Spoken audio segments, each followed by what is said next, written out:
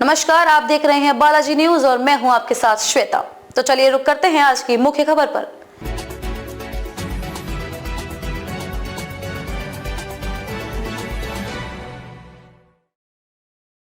UP की seat पर कभी कांग्रेस का था वर्चस्व, अब भाजपा ने जमाया ऐसा सिक्का जिसे हटा पाना मुश्किल।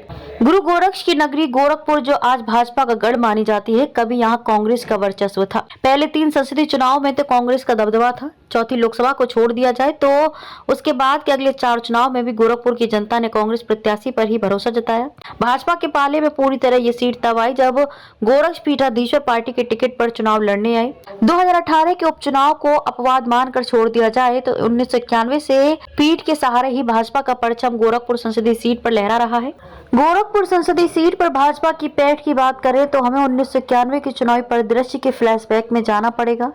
एक तरफ मंडल कमीशन को लेकर विरोध की प्रचंड बयार बह रही थी, तो दूसरी ओर अयोध्या में राम मंदिर निर्माण को लेकर आंदोलन चरम पर था। मंदिर निर्माण की अगुवाई तत्कालीन गोरक्ष पीठाधीश्वर महंत अवैधनाथ कर रहे हैं, जो 1989 में हिंदू महासभा से गोरखपुर के सांसद भी चुने गए थे।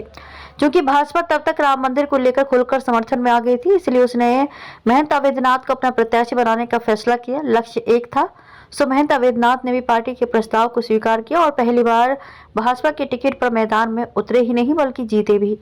उस चुनाव के बाद से पीठ के सहारे गोरखपुर संसदीय सीट पर भाजपा का जो कब्जा हुआ, 2018 के उपचुनाव में सपा प्रत्याशी प्रवीण निषाद के जीतने तक जारी रहा। अगर 1991 की जीत की परिस्थितियों की तह में जाएं तो इन दिनों महंत अवैधनाथ राम जन्मभूमि मुक्ति यज्ञ समिति के अध्यक्ष थे। साथ ही राजनीति से 9 साल के संन्यास के बाद आंदोलन की अगुवाई के क्रम में ही संतों के आग्रह पर सक्रिय राजनीति में वापस लौटे थे। इससे पहले संन्यास के दौरान सामाजिक समरसता के लिए देश भर की दौड़ लगाकर उन्होंने हर वर्ग के दिल में अपनी गहरी पैठ बना ली थी। खबरों में अब तक के लिए बस इतना ही। फिर होगी आपसे मुलाकात ऐसी किसी बड़ी खबर के साथ। तब तक के लिए नमस्कार और देखते रहिए बालाजी न्यूज।